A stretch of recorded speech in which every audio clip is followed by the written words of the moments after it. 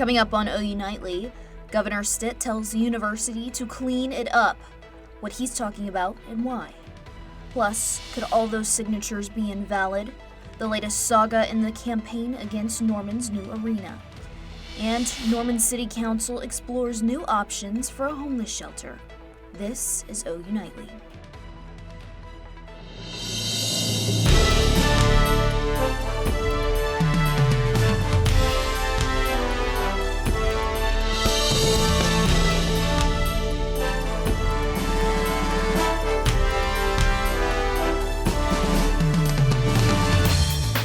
Well, thanks for watching OU Nightly. I'm Chloe Royo. And I'm Kennedy Patterson. We begin tonight with Governor Kevin Stitt criticizing an education class here at OU.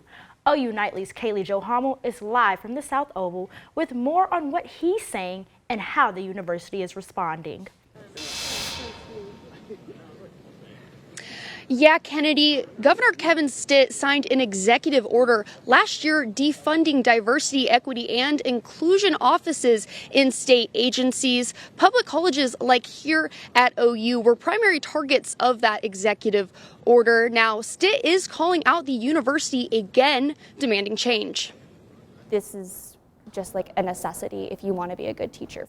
One class in particular at OU under fire by Governor Stitt. In response to a post from conservative organization Heritage Action, the governor said on X, "It's time to clean this up." The original post claiming OU is requiring students to take a DEI-centered class around white privilege and the needs of minority students over white students. In a statement sent to OU Nightly from the university, the course, Schools and American Culture, is described as being designed for professional educators and teacher candidates, and constructed to prepare educators for the public school classroom. Students in the class believe it's being misrepresented. We're not saying that one community deserves more than others. It's that these groups have been underrepresented. They haven't been given the resources that they need to succeed.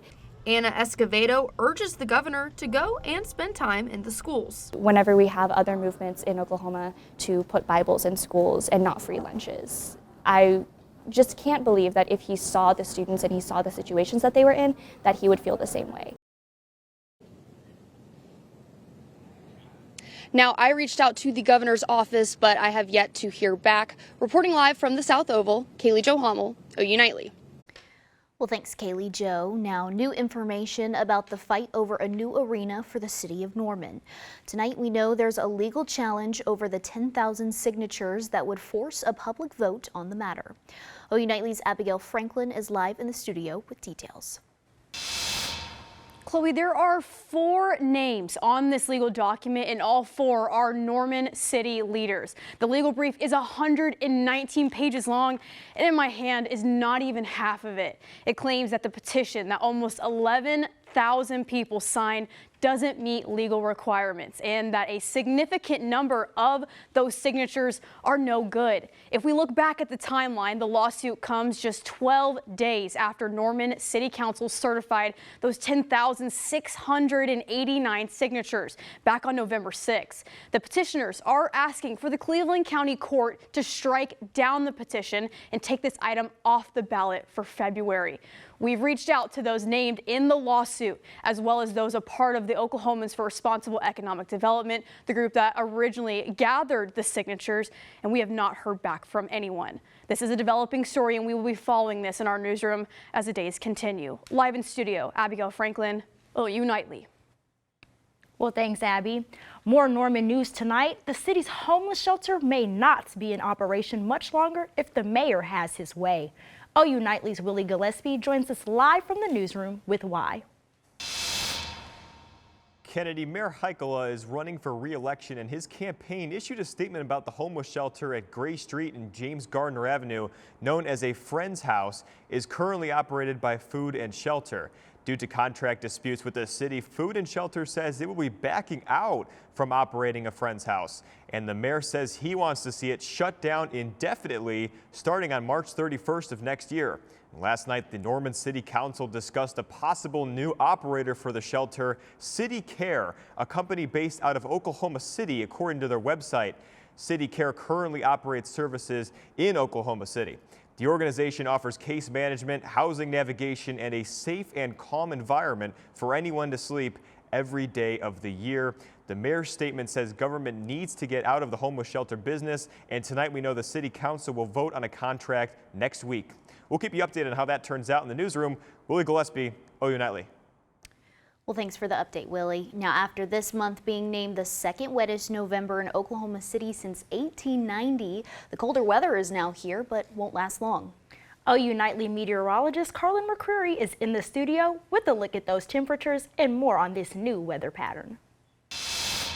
Yeah, ladies, right now what we're seeing is comfortable fall temperatures. This is usually what we do see this time of year. Temperatures right now across the metro sitting in the mid to upper 50s. A few areas a little bit cooler than that across the state. And those temperatures are going to continue over the next few days, especially into parts of the weekend. But as for November, what we've seen so far, we've seen a lot of above average temperatures, and that's only going to change, especially into the rest of the month. So coming up in just a little bit, I'll talk more about your upcoming forecast and more. Kennedy, Chloe.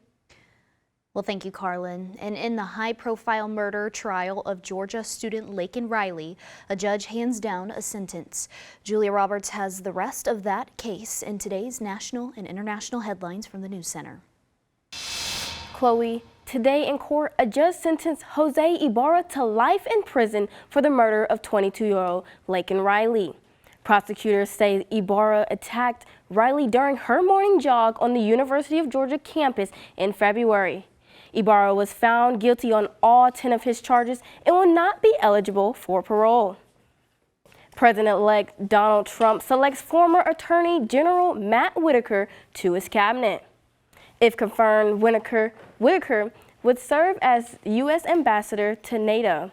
He previously served during former President Trump's first term as acting Attorney General.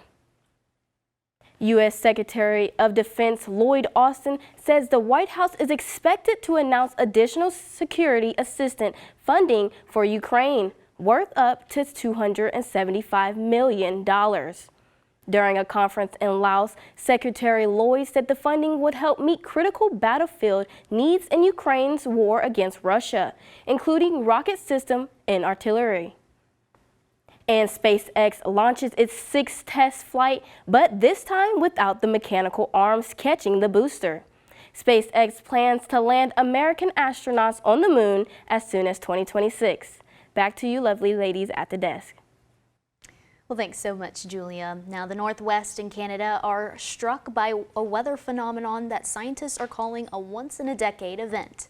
What can be expected in the next few days? Plus, a club on campus announces an exciting opportunity for rock enthusiasts, and we're not talking about rock and roll music. How you can get involved when we return.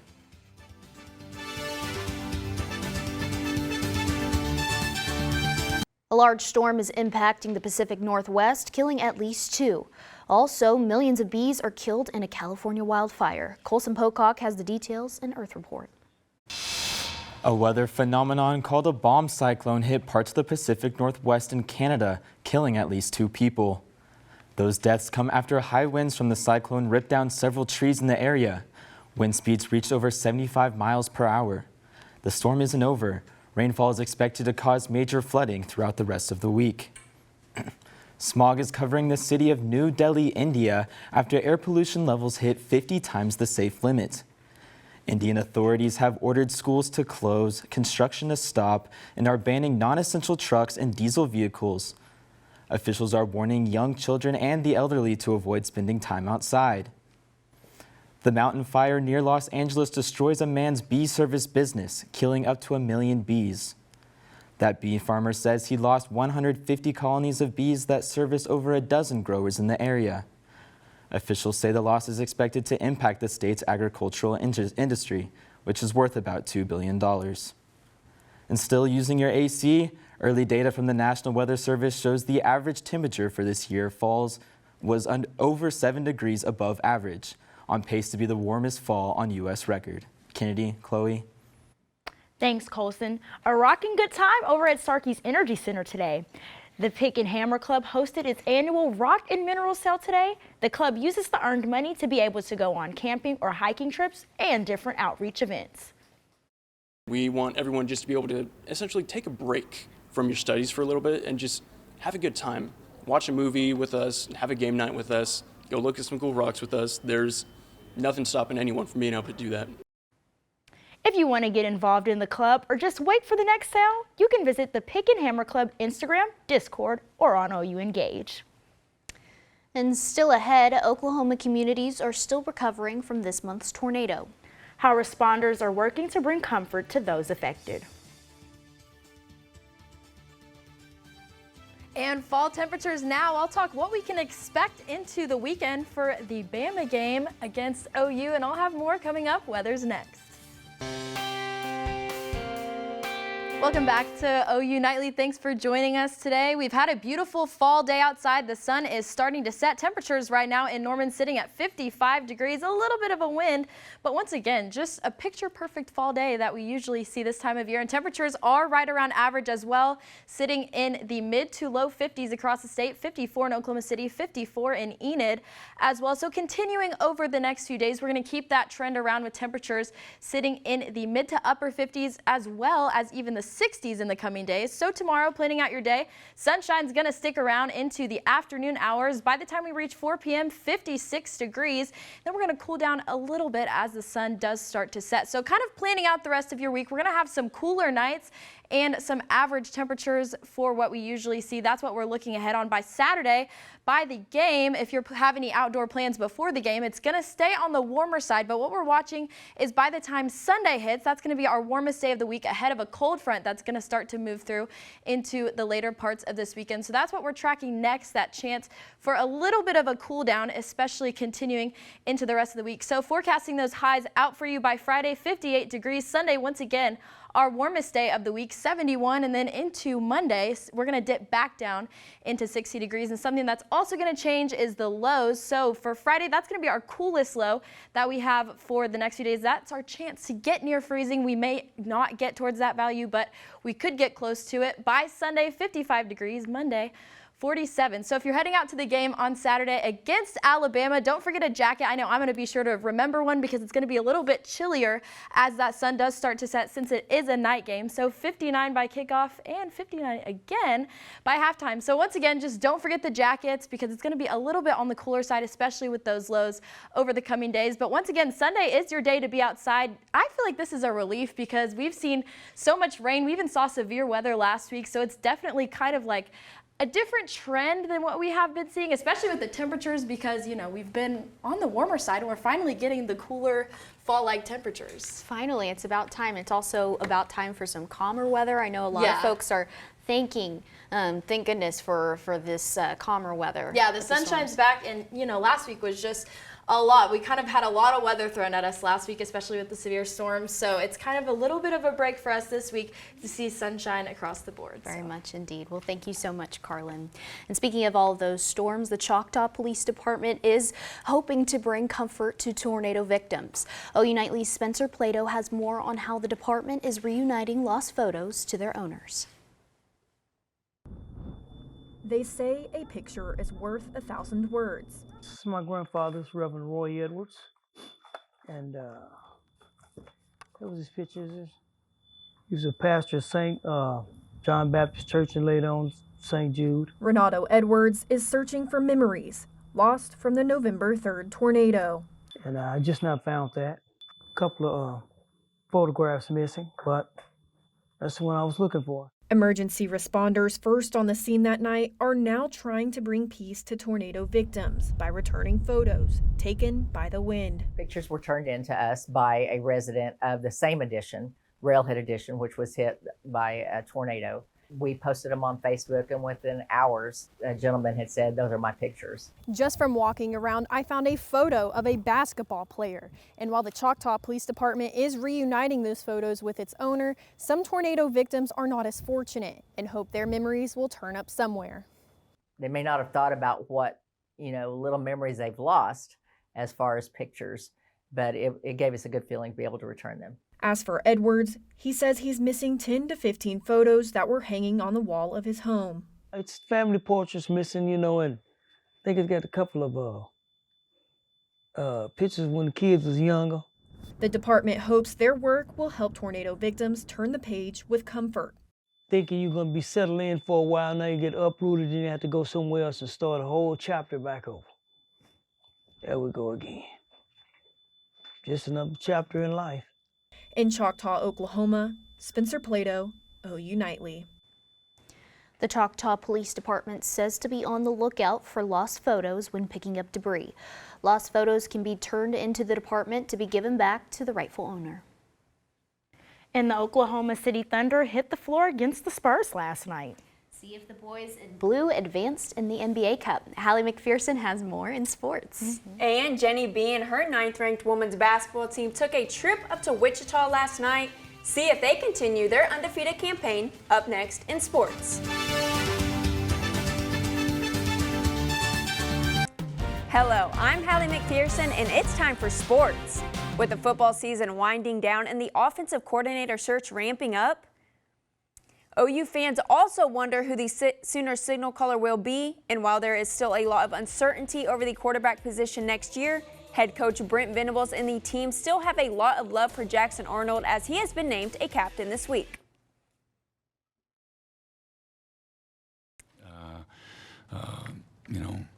We love Jackson, and we believe in him, but it's a sign of he's one of our best leaders that we have on the team. And there's plenty of guys going through rough spots that still have the ability to lead and fight and compete. OU men's basketball is off to a clean 3-0 start. The Sooners face Texas A&M Commerce tomorrow night. With areas in need of improvement, head coach Porter Moser says he's looking for a good start from his squad. And mainly being consistent defensively. I think we've had some tough starts, and then we settle in, and then all of a sudden, I thought Stetson had like 10 points in the first 4 minutes, and then all of a sudden they had 20-something at half. Like the next 13, they had 8. So we just got to be more consistent and not letting up, relentless defensively. And OU women's basketball traveled to Kansas last night and took the W out of Wichita. Peyton Verhulst led the team with 16 points and Reagan Beers with a double-double. The Sooners defeated the Shockers 79-49, making this the first time in program history that OU women's basketball has won 4 straight games by at least 30 points. Next up, the Sooners hit the road on Friday to Las Vegas. Good news for Thunder fans. Isaiah Hartenstein has been upgraded to questionable for tonight's game against Portland. Hartenstein could fill in some big shoes with Chet Holmgren out, giving the Thunder lineup some size. Now for the bad news, Thunder fans. Even with Victor Wembanyama out, the Spurs clinched a win on their home court last night. Shai Gilgeous had 32 points and J-Dub Williams added on 27 points. Zach Collins daggered a 3 with a minute left, closing out a 110-104 win. There is a lot of activity for the Sooners in the NBA. Austin Reeves had 17 points against the Jazz last night, helping the Lakers to a win. There's some Sooner magic in the Bay Area tonight as Trae Young and Buddy Hield go head-to-head. Hawks and Warriors tip-off is at 9. Kennedy, Chloe. All right, well, thanks so much, Hallie. Now, you won't eat this bird on Thanksgiving Day. Find out how one elementary school helped this turkey escape from being on the dinner table this year when we return. I'm Kariana Gamboa at the OU Nightly Update Desk, and a vote this afternoon, Republicans on the House Ethics Committee decided not to release a finalized report from the investigation into alleged misconduct by former Representative Matt Gaetz, who's up to be President-elect Donald Trump's Attorney General. It comes after Democrats and the Senate GOP call for the findings to be publicly released ahead of Representative Gaetz' confirmation hearing. The committee is set to meet again in December. Chloe, Kennedy. Well, thank you, Kariana. Now, we're almost a week out from Thanksgiving, but this staple won't be a part of dinner this year. Ted the Turkey was saved from the feast by elementary students from a Baltimore high school. The young students rallied chanting "Save Ted" and even pleaded their case to the city's mayor. With turkey facts-filled speeches and a school-wide petition, Ted the Turkey will see another year. Well, it sure is turkey time. It's turkey season, and thankfully it's feeling like it outside. A little bit cooler. I mean, it feels like turkey time outside. That's what I was saying. Like, I walked out this morning, I was like, It feels like turkey time's right around the corner. So temperatures over the next few days are going to sit in the upper 50s. By Sunday, we're going to reach the 70s. So a little bit of a warm up on the way into this weekend. Perfect. Sounds great. Yeah. Thanks for the good weather, Carlin. And thank you so much for watching OU Nightly. I'm Chloe Arroyo. And I'm Kennedy Patterson. Be sure to watch OU Nightly live here weekdays at 4:30. Good night.